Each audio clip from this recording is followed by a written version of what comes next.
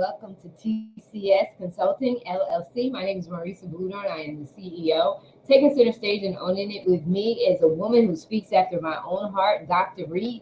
TCS Consulting is all about leadership and organizational development. This month we are focusing on stress management. All work and no play? No way. Leaders, your health is your wealth. Taking center stage and owning it with me is my girl, Dr. Stephanie Reid is in the house. She is back again. We're talking about her biggest, movement, unclocking movement. And we left off a couple of shows ago. We left off talking about the importance of knowing who you are. We talked about the imposter syndrome and how do you overcome? How are we handling stress, setting boundaries, and unclocking from time to time? So Dr. Reid, talk to us, catch our audience up with unclocking the imposter syndrome. Talk to the audience and let's get reconnected. And if you haven't seen the last show, you need to go back and you need to look at the last show where we talk about this. Yeah. So this is exciting. And I think a good place to start is for the audience to understand how I got to this moment of understanding the unclocking experience. But before I do that, I'll tell you that there are 4 phases of a woman's life. There is, you writing this down, everybody? There is the maiden phase. That's the young woman.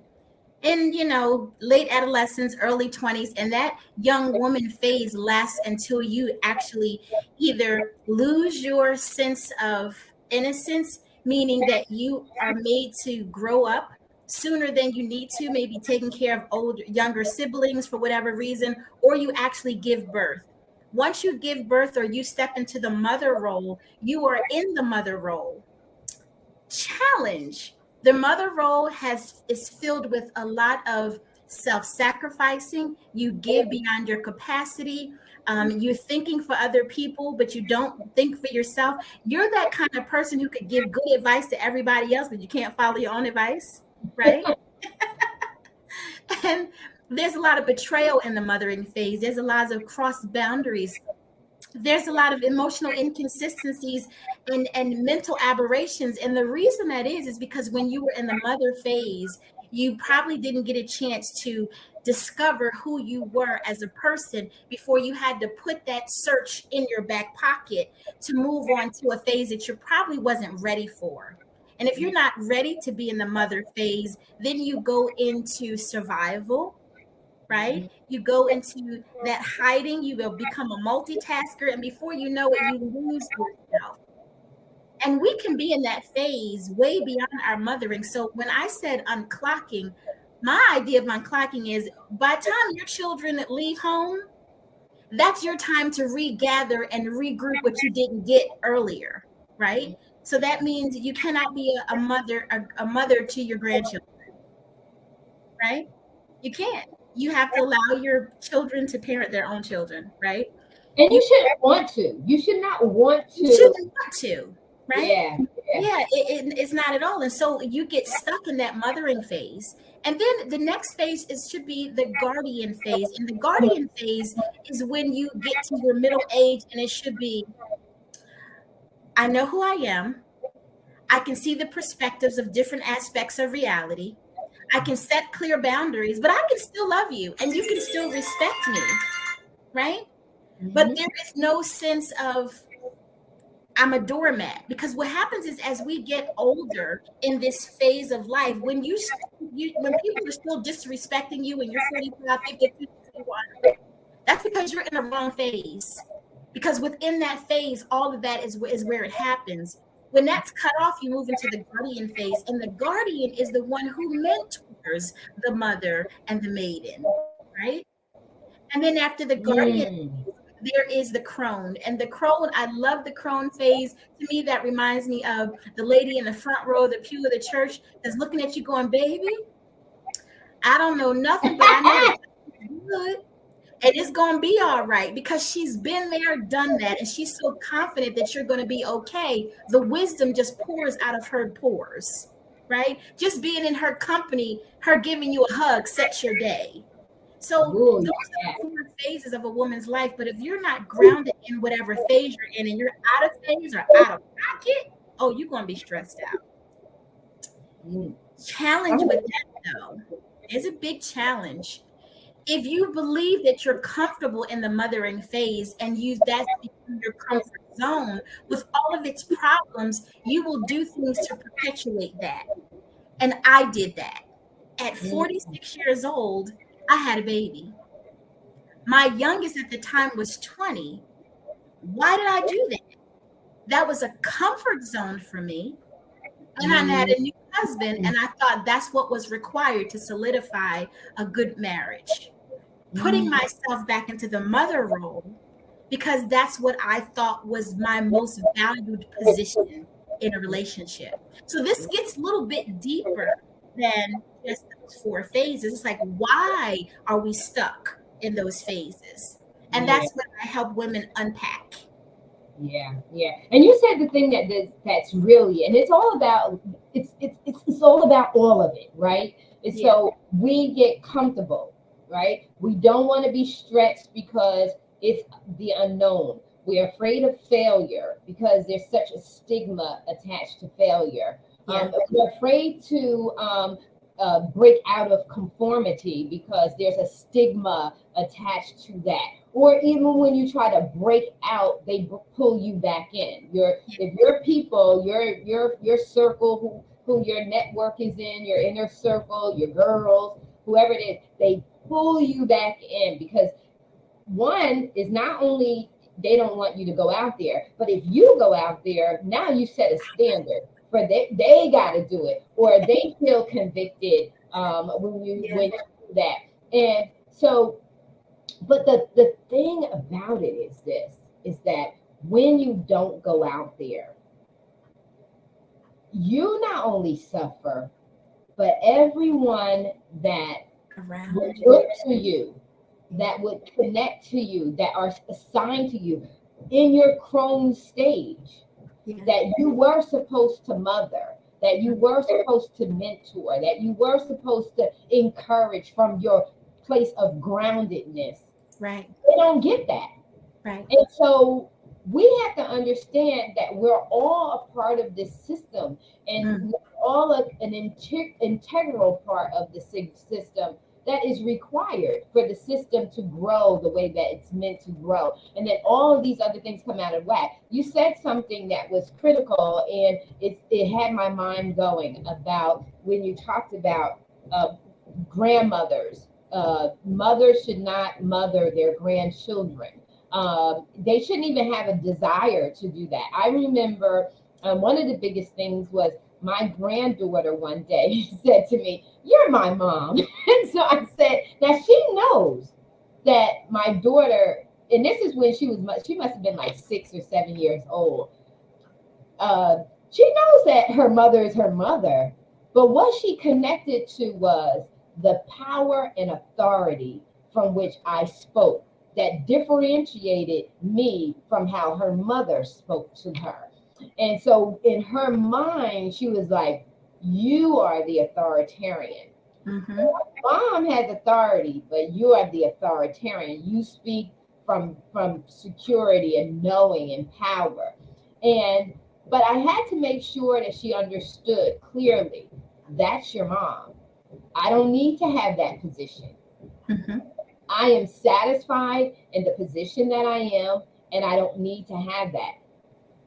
We need to do that across the board. So we're looking at this as a mom and a grandmother and a grandchild, but this is you as a leader. As leaders, we have to be able to allow ourselves to grow and stretch too, in the work environment as well as in the home environment and in other environments by which we show up. Because when we don't show up, the hierarchy, everything under that order falls apart. We have to have these phases. We have to go through these phases, even when it feels uncomfortable for us. And remember, it's like with any other job, and I always use this analogy. It's like, it's any job that you've ever been on. When you first start, you don't know who's who, right? So when you join a company, you don't know who's who, right? No care who's who. But when you stay on the job long enough, you're able to do your job like this, right? You know everybody, your go-to people. You establish your go-to people. You know the org chart, right? You know who's who, what office is doing what. We know the company's culture and how things are done. But that comes over time, and it comes showing up committed to even when things feel a little wacky and you need that paycheck. You have to think about your next level. You have to think about your next phase, and you have to think about it from a capacity of I need that. I need that mindset. I need that skill set. I need that capacity. I need that stretching, that training, that uncomfortableness so that I can be fulfilled. Yeah. Because the cost is a lack of fulfillment. The cost is mental health, dysfunction, trauma. What you said too, also in this, was you stay in that sense of comfort because it is a safe place. But the whole world is missing out on your gifting and your talents by staying in that, even though it's like a double-edged sword, even though the world is why you stay in that comfort zone, it's still the world that still needs you to show up. Right? Yes. The world Yes. still needs you, even your friends and your family. I was listening to TD Jakes earlier, and he said, when you are unknown, people have a disregard for you. But the minute the world begins to recognize you, those at home that dismissed you start to pay very close attention. So why would you not get connected with Dr. Reid, help her to show you how to stop staying in your comfort zone, get a little uncomfortable for a little while? Because with each phase, it's only temporary. Everything you're going to keep moving. This is a movement. Yeah. You're moving. You're going to keep moving. Talk about talk about what's next. So we talked about becoming aware of one, the imposter syndrome, and you got to see the other show because we really talk about the imposter syndrome. And then two, getting unclocked, understanding your boundaries, knowing what you are and why it's important for and what you need to do to go to the next phase, and why it's important for you to do that. You have some online courses. I know you have some coaching programs that are available. Talk to the audience about that. Yeah. Well, the reason why it's important to just acknowledge that there is a space in your life that you're uncomfortable is because you're uncomfortable, right? You're overwhelmed, you're panicking, you feel guilty, you're having this emotional, spiritual, mental, and now physical tug of war of where you are and where you would like to be, right? The problem is you don't know what you don't know. And if you allow yourself to be stuck in your own ways, saying, well, I know this, I know that. If that was the case, you probably wouldn't be watching this broadcast, right? There is something that you don't know. So here's the thing. There's a knowledge gap between where you are and what you'd like to be, do, and have. The only way to get from A to B is a new system of thinking, a new structure of understanding, and a change of perspective. And if you don't have that already in place, then the method that you have is not working. Acknowledge that. Acknowledge that where I am right now, and it's not working for me. And if you acknowledge that, that's your first step to saying, okay, if it's not working, that means I need something. But I don't know what I need. The easiest way to figure that out is to have a strategy session with me so we can figure out what the problem is. Yeah. When we figure out what the problem is just by a simple conversation, then we can employ the right medicine for your issue. And when I say medicine as a doctor of naturopathic medicine and a coach, I'm not talking about something that you would pop a pill. I'm talking about the emotionality, right? I'm talking about, are you stuck in frustration because of blah? Are you stuck in guilt? Are you stuck in anxiety? Are you stuck in imposter syndrome? Are you stuck in shame? Where are you? Because that is what requires the fix, right? I can't give you or help you figure out what your next phase in life is until we figure out what the problem is. And that is the first thing that's creating this dysfunction is we don't really know what the problem is, right? So we keep throwing stuff at the wall, hoping something will stick. Right. So let's just stop guessing and just figure out the problem. which is very easy. We can figure that out in about 35 minutes. And after that, you have options of either coaching with me one-on-one and or taking an online course and or reading my books, because at least you'll have a structure. However, I caution you, if you're in this really uncomfortable place, if you read a book, it's not going to help you long term, because you're still bringing to you the mindset of what you're reading, and you can't expand beyond what the author's trying to tell you. You need someone to hold your hand. Just like you were holding your grandchild's hand, your children's hand, your coworker's hand, it's your turn to let somebody hold your hand. How do you do that? Trust that you're worthy of that level of accountability and that level of concern, and step into it, right? And that's what I offer. I offer an opportunity for you to have somebody hold your hand, allow you to see what your blind spots are, give you a structure and a plan of action so you can move off and live into the sunset for the rest of your life.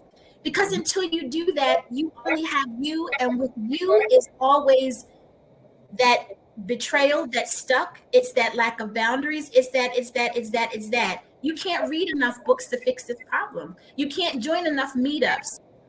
Cool thing about meetups, I love meeting new people, but if you're meeting with people who have the same problem that you have, you're creating trauma bonds, not friendships. Right. Mm-hmm. Right? Mm-hmm. You need somebody to be on the other side of that door to go, okay, this is where these problems are. And what makes me so qualified, I'll tell you. Unfortunately, but fortunately, I've experienced so much trauma in my life, I can identify with what your reason is. Not from oh, that's so sad, but from an experiential thing, right? I've had a child die. I've had murder in my family. I've had, questionable childhood experiences. All the stuff that go bump in the night, failed relationships. So I am qualified experientially to bring you to this level of understanding of, oh, this is what I could do. Mm-hmm. Right? So you're not speaking with someone who doesn't understand. Been there, done that, moved on.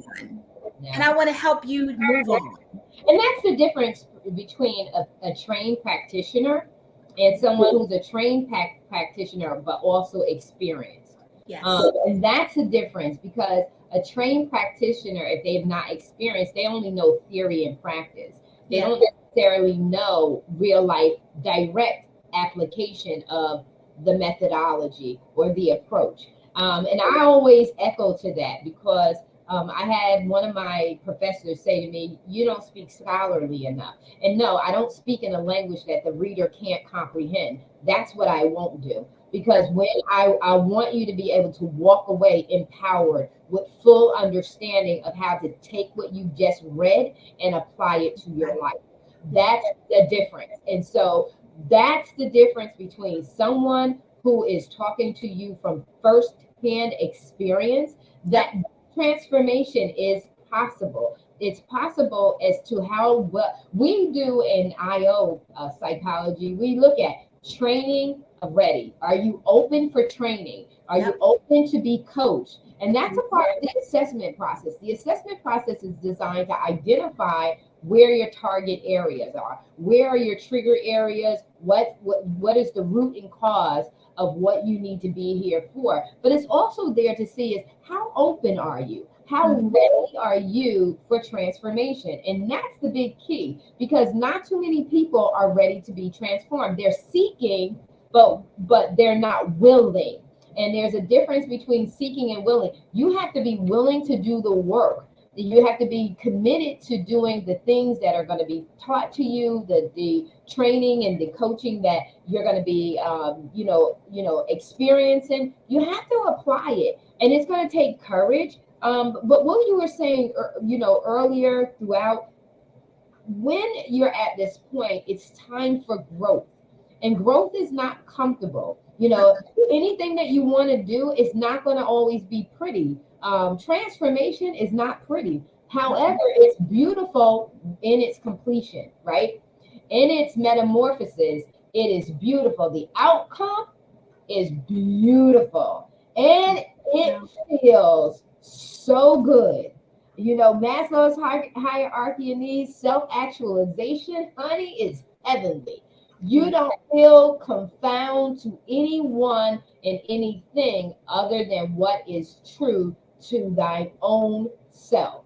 To thy own self be true. You offer such an amazing, you know, just like you said, like-mindedness, is attracted to like-mindedness in a healthy sense, in the sense that your approach is about self-awareness. Self-awareness should, and I say the word should because it is in our hands, should lead to self-development, and self-development will ultimately lead you to self-mastery, and not mastery about being perfect, but being well balanced and knowing who you are, what you're made of, and how to navigate through this thing called life. And so I want to share with you, Dr. Stephanie, tell the people how they can work with you. Like, tell them how they can connect with you, how they can follow you, where you are, what you're doing, the different programs and different things that you offer. You know, share with the folks how they can connect with you. Before I share with how to connect to me, let me first say that this is serious work and I'm serious about this. So if you're not serious, don't reach out to me. If you're not ready, don't waste your time, right? Because I am not the solution for everyone, but when someone connects with me, I am the solution and I can guarantee results because there's a system and a structure. So that's the first thing. I'm not the cheapest coach that you would find, but I'm the best coach you can find because I've been doing this work for now almost 20 years, right? And so when I say that, when I invite you to engage with me, I am serious. I come with my full armor on to give you what you need, right? So you have to be ready. So if you do decide to go to my website, drstephanieyhp.com, or Your Healing Place, then at the top of my website, there is a link for you to download an ebook. And within that ebook, you get an opportunity to book a free strategy session with me that will last for 60 minutes. But before you even get an opportunity to give me your demographics, I'm going to ask you a few questions. Be honest about those questions. One of those questions is, are you coachable? Are you ready to invest in your own development? Are you ready to step into your purpose to live the best life you can live after 40 or whatever age? If you answer those questions successfully, then you and I should be working together at the end of that call, period. Because if you took the opportunity to do that, that means you need help. I've already identified, and you've identified that I am the person that you would trust to help you because I have experiential knowledge as well as the clinical knowledge. Then what are we waiting for? So I'm not playing with you. So this is serious business. If you're not ready, don't even bother. But if you are ready, I know that you and I are going to work together within the next week because I do have some spaces available. So how do you find me? If you want to take the leap of faith and call me, my office number is 443-486-3866. That's if you're really serious, because I will pick up the phone. If you're just playing around, you still can't get access to me unless you authentically answer those questions. And if you do that, then I know you're ready for work and you're ready to get started. I have a very limited space to work with clients. There's an online coaching program, and also for my high-level clients, there's one-on-one experiences. drstephanieyhp.com or yourhealingplace.com. So Your Healing Place, YHP, is Dr. Stephanie, YHP. If you're serious about this, you got this the first time I said it, right? That's how you find me. Yeah. And you have to be, because this is, we mean serious business. We eat, sleep, and drink what we do. Yep. We love it because guess what? We're in alignment with our assignment. We know that this is what we're called to do. We know that this is what we're purposed to do, and we rest in that. We rest in that, and we live what we speak.